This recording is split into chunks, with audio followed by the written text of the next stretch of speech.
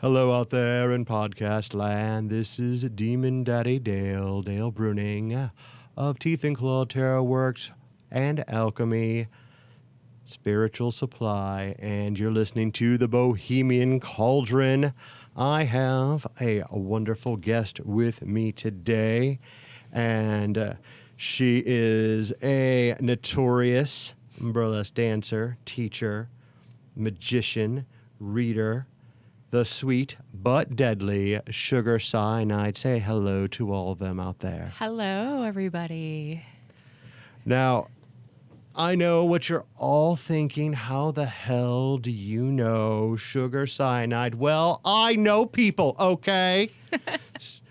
But perhaps for those of you who've been living under a rock in the greater metropolitan St. Louis area, can you tell us a little bit about yourself?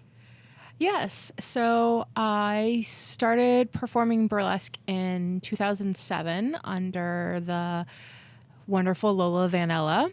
I studied with her for 2 years, taking classes and apprenticing underneath her, all of that stuff.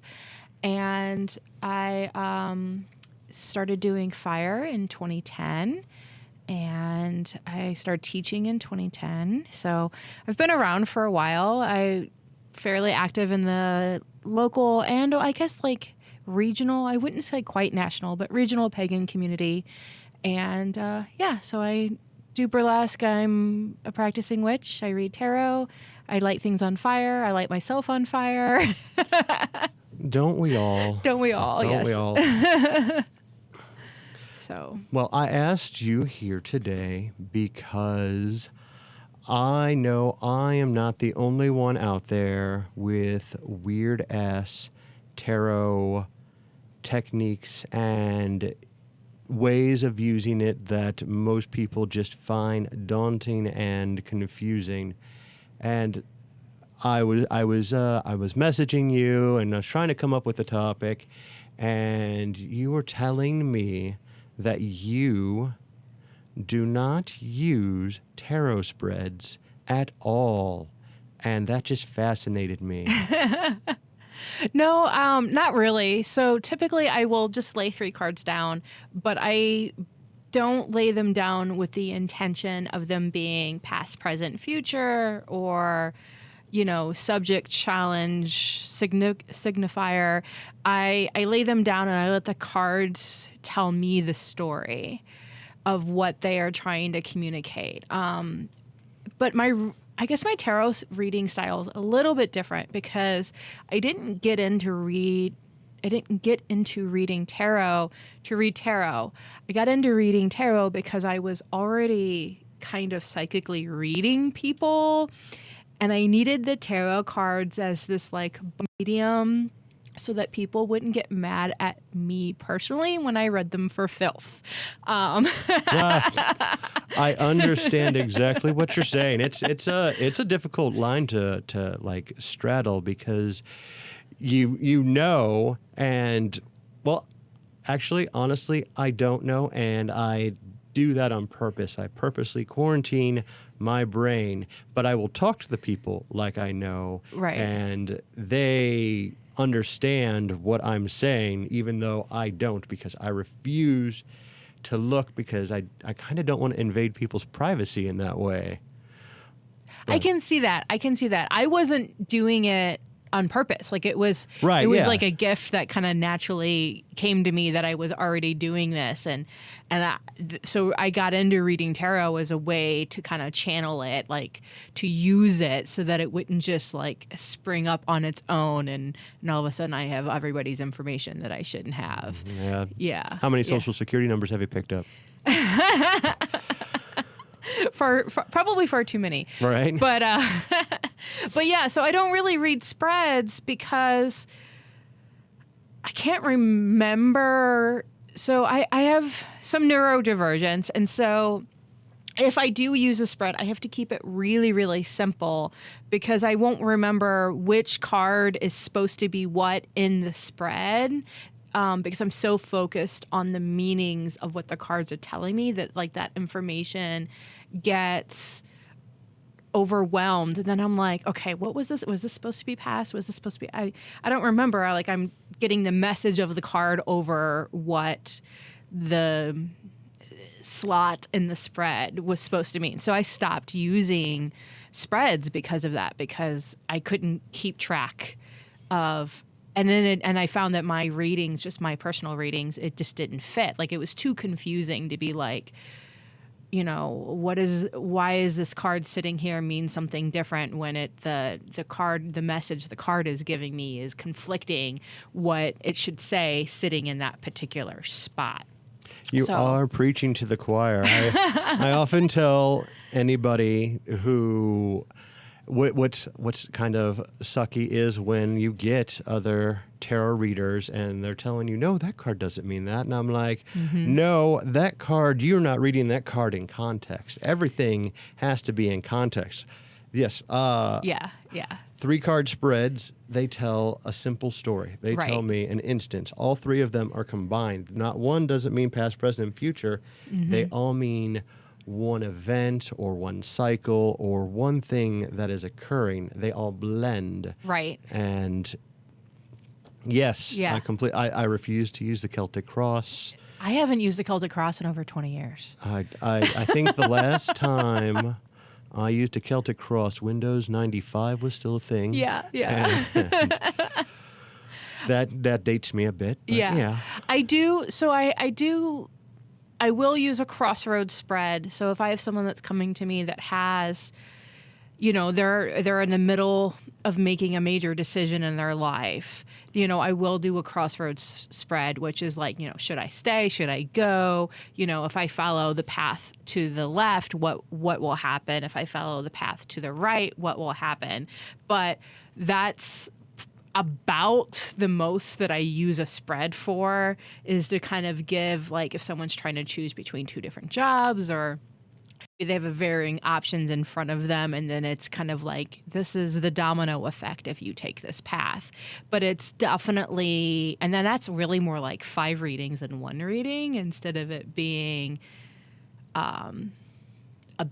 instead of it being a single reading, you're actually getting like 5 different readings, because you're getting the reading, if you take this, what will happen? If you take option B, what will happen? If you take option C, what will happen? So so I'll use that in a reading. But for the most part, I really don't. I'm just an intuitive reader. And I just lay the card, and sometimes I'll lay them down in weird circles or weird shapes, and I'm just very intuitive. I do have the traditional, like, Rider-Waite meanings of the cards memorized just from sheer use, and I do recommend people to know both methods, the intuitive method and the traditional, what each card means. And, what is it, 178 times 2 if you do reversals. So, or 78 times 2 if you do reversals. So it's like 100. I was wondering what deck you had now. Which would be like 152 or something like that. So I do recommend people know the traditional meanings, because that can also reflect in the tarot message that you're getting. But I find that intuitive reading is, for me, the most accurate. And that because I right now I'm only really reading for my Patreon subscribers, and even though there's, like I said, 152, something like that, different versions of the traditional message, even if I pull the same card each month, the message is completely different, because it's it's intuitive, and it's so you never really get the same message twice, even if you pull a card every single day. Right. Yeah. I like a particular. I have my very own spread, and I'm sure somebody else on the planet uses the spread I use. I just never seen it.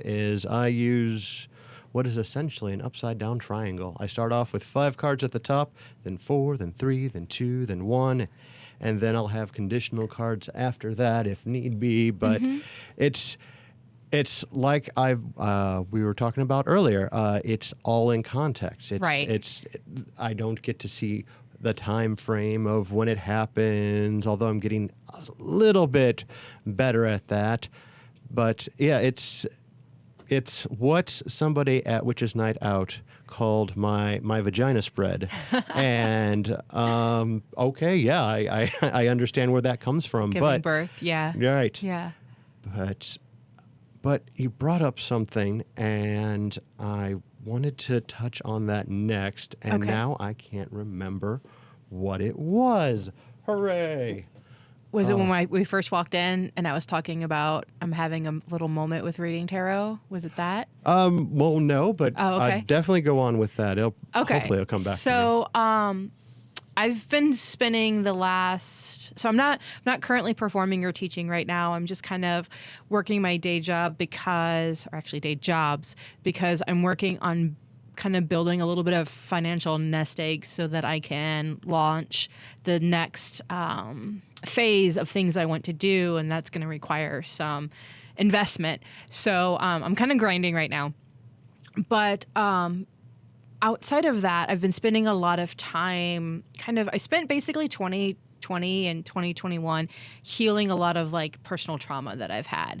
And I think a lot of people are doing that. And I've come to terms that part of the reason why I started having issues with reading tarot for the public was because I'm a people pleaser.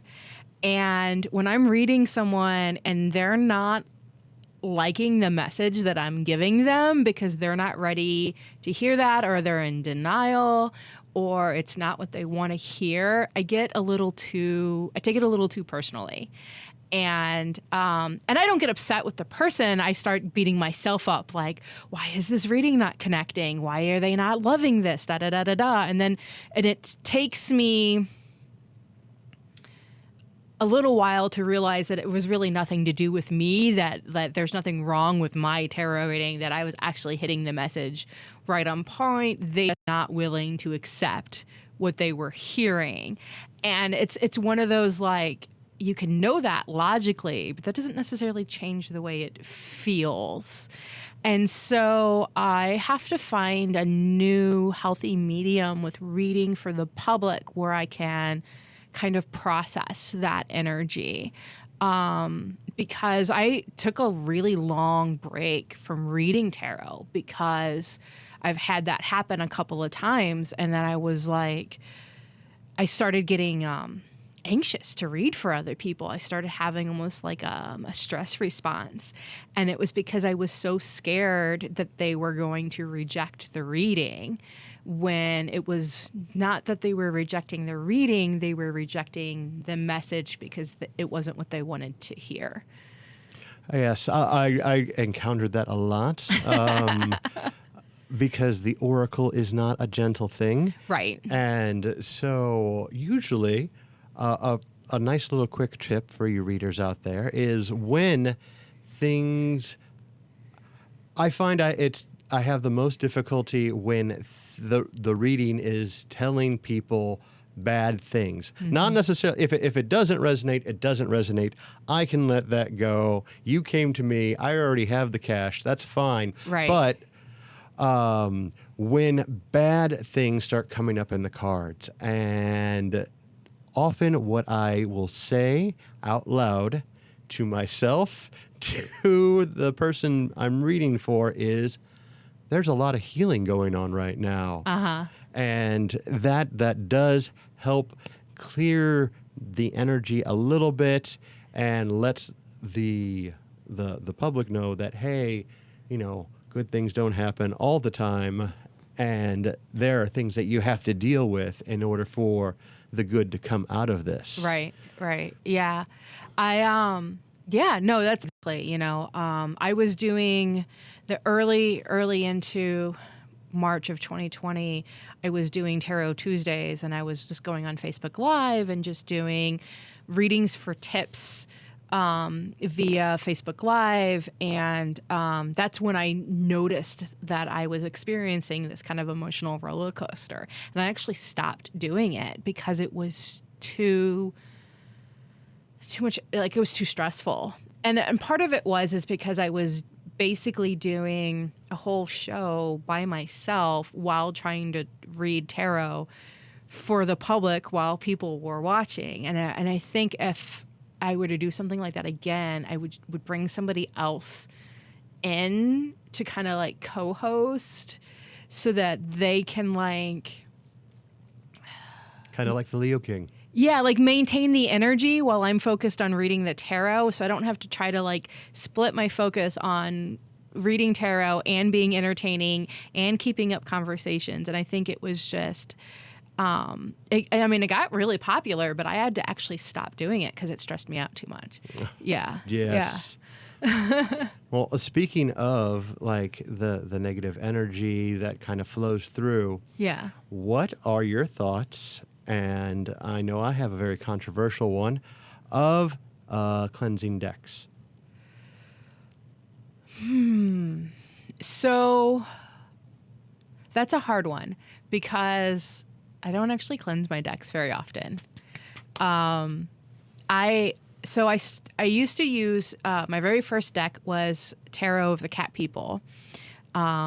And that was the one that I learned to read on. And then I realized that deck had a very specific energy and didn't necessarily like dealing with the public so much. It just had an attitude of a cat.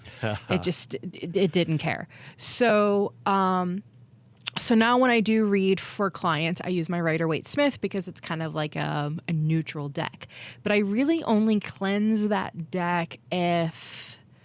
One, I've been doing a lot of reading. So like if I'm doing a tarot party or something like that where I've just like kind of burnt it out. And then it's not really a cleansing. It's more of like giving it a vacation and giving it some like self-care because it's really worked really, really hard.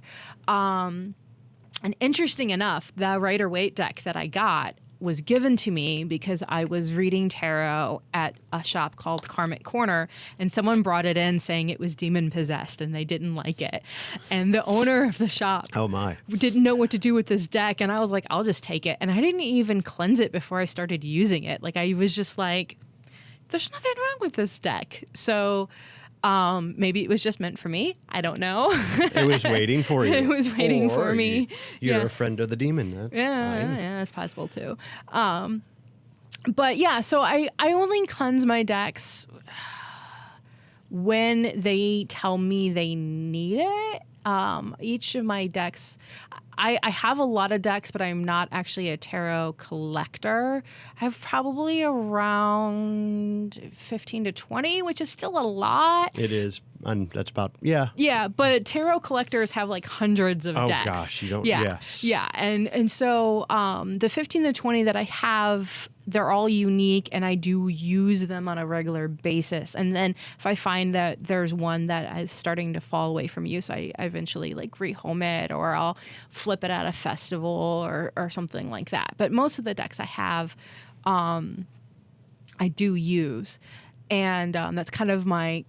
if I'm not using it, it needs to go. But I don't really cleanse them unless they tell me, because each deck has a different personality and kind of a different inflection. And I know that I've done readings where like I felt really dirty afterwards, and then I have cleansed my deck. And I will go through to the point of putting it in numerical order. Okay. To completely reset it. So if you ever get a deck that you feel is just drenched in quotes, demon energy, if you put it in manufacturer order where like all the cards are, the 2 cups, 3 cups, 4 cups, all in order, all of that basically wipes it clean. And then you can smoke cleanse on top of that if you need to, or put a little salt in it or whatever. Or you can leave it like that, sitting in the sun for just a few days. You don't want to do it longer than that. You'll bleach your cards. But, but you can definitely wipe the energy clean if it's necessary. And I have done that. I've done readings where I wasn't in a good place. I went through a bad breakup, And I kind of lost my marbles there during the breakup. And I did reading after reading after reading on that particular relationship and broke the deck. Oh. To the point that I'm still missing a card from that particular deck. And I've had to physically replace it. And it's the replacement. It's the same printing, same edition. It's not the same. No, it's not. Oh, I can imagine. See, I personally don't cleanse. I will say I balance sometime. Right. Like what you described earlier, putting it in order. I do what I call Kabbalah facing the deck, where I start with the Ace of Pentacles and go up, and then to the Swords, Cups, then Wands, and then 0 through 21, and then I will reshuffle it after that. Right. But no cleansing, cleansing. It's always been my theory that everything is connected, and therefore, if everything is connected, then using a previous person's energy in the next reading isn't really going to affect the cards, because at some point in time, and this moment in time, actually now they're intersecting in a way where they were the previous people being read by the cards, and now you are being read by the cards. Right. And so yes. So if you're coming to me and you're expecting like a brand shiny new deck, then you best buy it for me first before you walk in that door.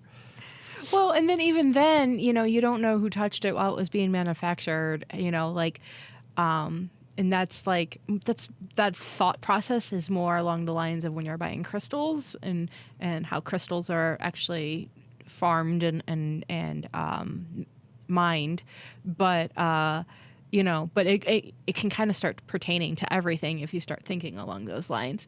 But yeah, I'm definitely, people ask if they can touch my tarot deck. I'm like, yes, my tarot decks are working decks.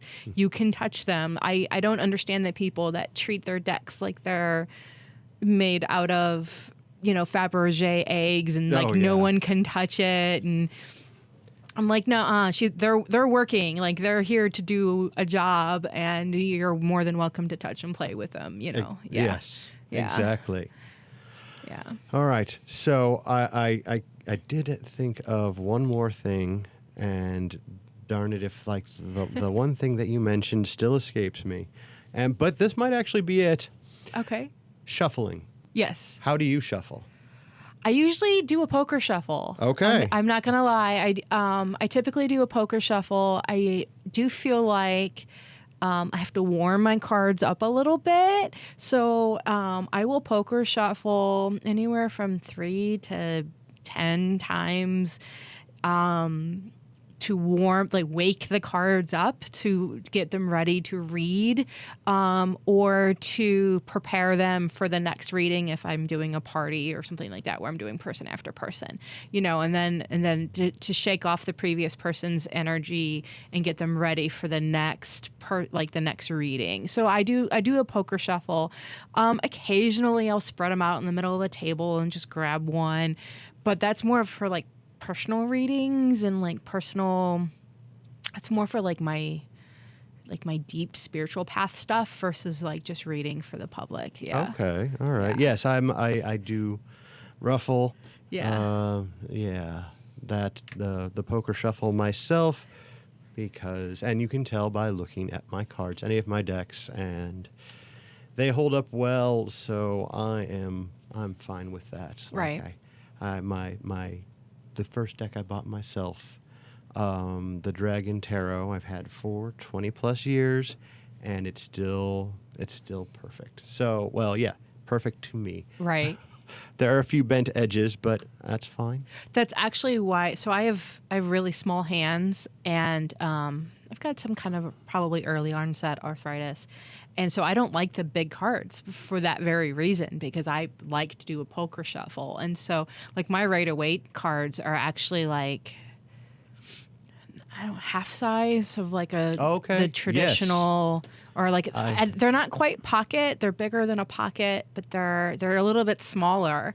Did they come in the tin? No, they're just Okay. a cardboard box. Oh, These are okay. the ones I got free because somebody thought they were possessed or whatever. Oh, But that's right. Yeah, Okay.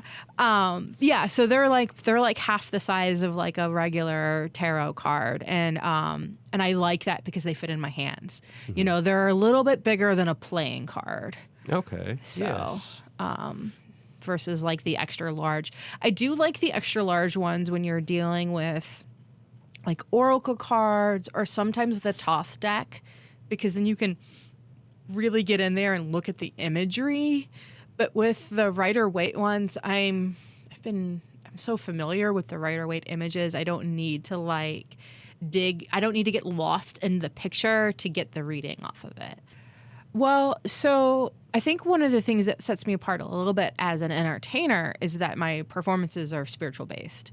So a lot of even the cheesy burlesque phenomena routine that I started in like 2009 or 2008. I have to look at the video and see where it's from. But even that for me is spiritually based, even if it doesn't come across for other people. And like that was part of the reason why I started performing, is I started performing as an aspect of my spirituality. It was a way to give worship to the goddess that I'm dedicated to, which is Bast. And I stopped talking a lot about my personal path, because I find that if I just kind of stay vague-ish, then people assume things, and then they underestimate me. Nice. So when it comes to like my spiritual path, and then I don't have to answer questions about what I do. But so performing is very spiritual for me. And I think that's one of the things that kind of sets me apart from a lot of other entertainers out there, is that I have this underlying like message for my performances that may or not translate, but it's not necessarily for the audience anyways. So yeah. All right. Yes, that's actually perfect. I mean, leave them wanting more. Right. Yes. Yeah. My fire show, so I do one person 30-minute fire shows, which is kind of insane, not going to lie. So the average people are like, oh, that's cool. And then when I tell fire performers I do this, they're like mind blown, because fire only burns for 4 to 5 minutes.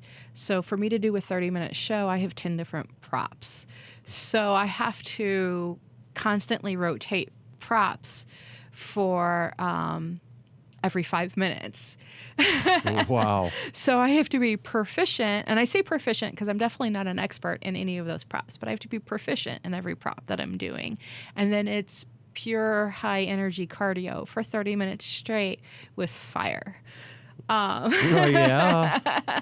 So, and I did that because I was touring with the fire troupe, and their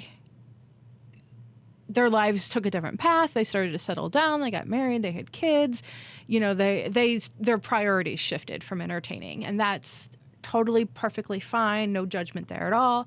And I realized when I was touring, most people that book festivals and book events, they're used to dealing with musicians. So they're used to booking 30-minute sets because that's kind of the average for bands, unless they have a large song catalog. 30 to 45 minutes is like a normal musical set. And then the headliner will do like 2 hours or whatever.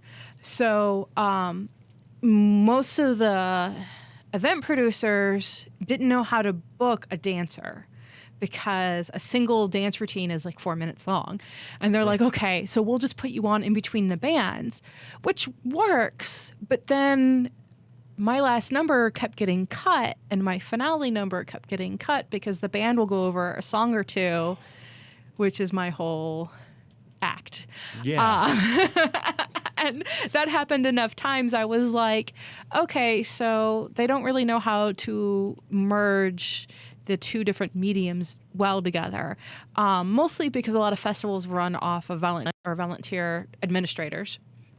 And kind of what happens is once the volunteers figure out what they're doing and do it well, they get burned out and leave. Yeah. So then you get somebody new coming in. But I realized if I could get myself up to doing 30-minute shows, that it would be easier for me to book bigger festivals. And then I would, while I'm doing a lot more work on my own, I could also make more money, because if you're only charging $200-$300 and there's 5 people that get split by versus charging that same amount for one person, it means you get more of the take-home pay. So it makes it a little bit easier to do it. So, yeah. Yep. The no-way split. That's perfect. Right. Although my show wouldn't be possible without my tech fire safety, because they're the ones that not only keep me from burning up alive, but they prepare all my props and then hand them to me on my cues for my shows. So, I understand. Well, before now I would not have, but I just did my first festival where I actually needed an assistant. Right. And I actually needed an assistant. Uh-huh. And she was amazing, and it was fantastic, and she did an excellent job. Thank you, Maddie Faye. And yes, I told her that I would probably be thanking her until the end of time. I heard you talk about a Patreon page. So yes. so what is this Patreon page? Tell us. Okay, so it's patreon.com/ I think it's Rocky Sugar. Rocky is my partner. Let me just pull this up to confirm. Yes, patreon.com / Rocky Sugar, one word. Rocky is my partner in crime and everything. Yeah. And he is a digital artist. He has got a graphic novel. He's got a coloring book. And I said digital, but he's actually a pen and ink comic book style, very reminiscent of like Sin City, that kind of dark, heavy black lines. And so we have that is the thing I can promote. I said earlier I didn't have anything to promote, but I do have my Patreon. Yes. So we have various levels, and you can get art sent out to you every month. You can get tarot readings sent out to you every month. I am teaching my classes via Patreon right now, which is pre-recorded classes that get uploaded to YouTube, and then it's a private link that you can only access via Patreon. And then I have photo sets up there, so like pen up, cute photo sets. Patreon has a guidelines, so you have to stay within those guidelines, but I'm okay with that. Yeah. Not everybody needs a for fans page or only fans page. Only fans page. Like, I found that out the hard way. No, I kid. All right. So, all right. Thank you very much for coming in. I really appreciate it, and I wish you the best of luck. Thank you. Yeah. Thank you. Alrighty. Well, I will talk to you later. All right. Well, you have to stay here and sit in the chair while I say this has been the Bohemian Cauldron podcast. I am Demon Daddy Dale, and stay magical, everybody. Dale is infallible.